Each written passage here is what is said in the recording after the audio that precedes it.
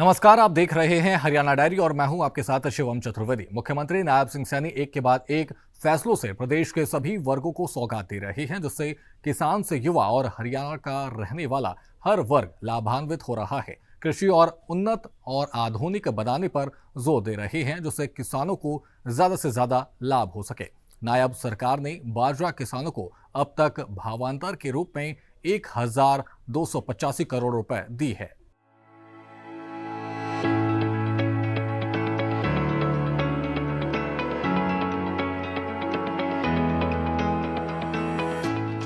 हरियाणा नित्य नई ऊंचाइयों को छू रहा है, जिसे निरंतर आगे बढ़ा रहे हैं मुख्यमंत्री नायब सैनी। बीते 11 वर्षों से विकसित हरियाणा की दिशा में बढ़ रहा कदम निरंतर जारी है। प्रदेश के सभी वर्गों को योजनाओं का लाभ मिल रहा है। युवा निरंतर हरियाणा का नाम देश दुनिया में रोशन कर रहे हैं, तो किसान अपनी फसलों का पूरा लाभ पा रहे हैं। महिला सशक्त हो रही है, तो प्रदेशवासियों का जीवन स्तर बेहतर हो रहा है। साथियों, किसानों को 1,904 करोड़ रुपए की राशि सब्सिडी के रूप में हमारी सरकार ने पहुंचाने का काम किया है। साथियों, मुझे खुशी है, इसी कड़ी में गांव उचानी में 65 एकड़ में 700 करोड़ रुपए की लागत से महाराणा प्रताप बागवानी विश्वविद्यालय वो भी गति से बनाया जा रहा है। साथियों, सब्जियों व फलों के लिए भावांतर भरपाई योजना में 21 बागवानी फसलों के सुरक्षित मूल्य निर्धारित किए गए हैं और अब तक हमने 35,000 किसानों को 157 करोड़ रुपया भावांतर भरपाई के रूप में हमने फलों और सब्जियों के किसानों को देने का काम किया है। साथियों, मुझे बताते हुए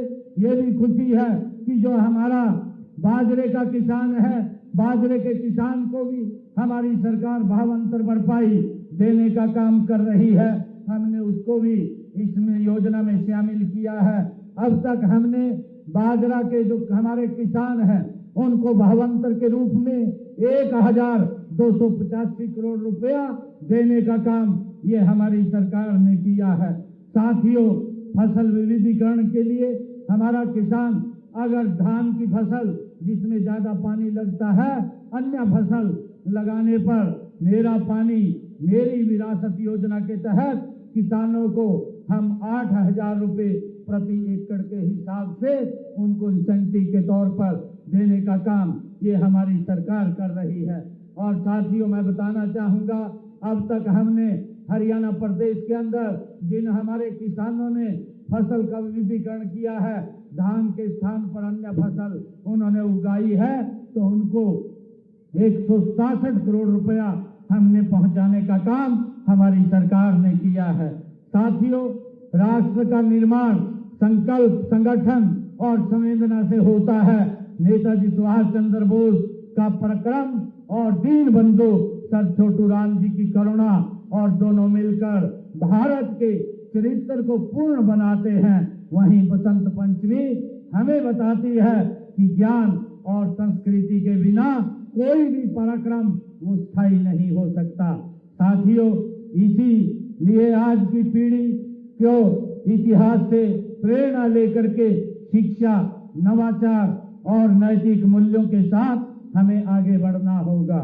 साथियों, मैं जाट समाज ने सदैव राष्ट्र निर्माण उनके में अग्रणी भूमिका निभाई है। कृषि हो, चाहे सेवा का क्षेत्र हो, सुरक्षा का हो या सामाजिक नेतृत्व हो, जैसे क्षेत्र में जाट समाज का योगदान अनुकरणीय रहा है। साथियों, दीन बंधु चौधरी छोटू राम जी इस समाज की उस परंपरा के ही ये प्रतीक रहे हैं।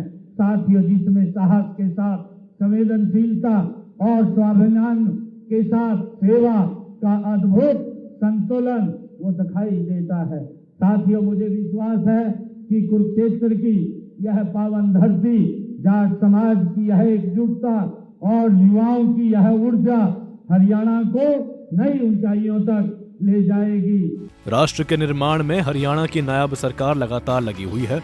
सेवा और समर्पण के भाव के साथ मुख्यमंत्री नायब सैनी प्रधानमंत्री नरेंद्र मोदी के विकसित भारत 2047 के विजन में हरियाणा की अग्रणी भूमिका अदा करने में लगे हुए हैं। मुख्यमंत्री नायब सैनी इस बात को बेहतर तरीके से जानते हैं कि विकसित हरियाणा की दिशा में कौन सा कदम मील का पत्थर साबित होगा।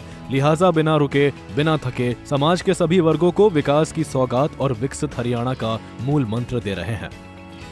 ब्यूरो रिपोर्ट, सूर्य समाचार।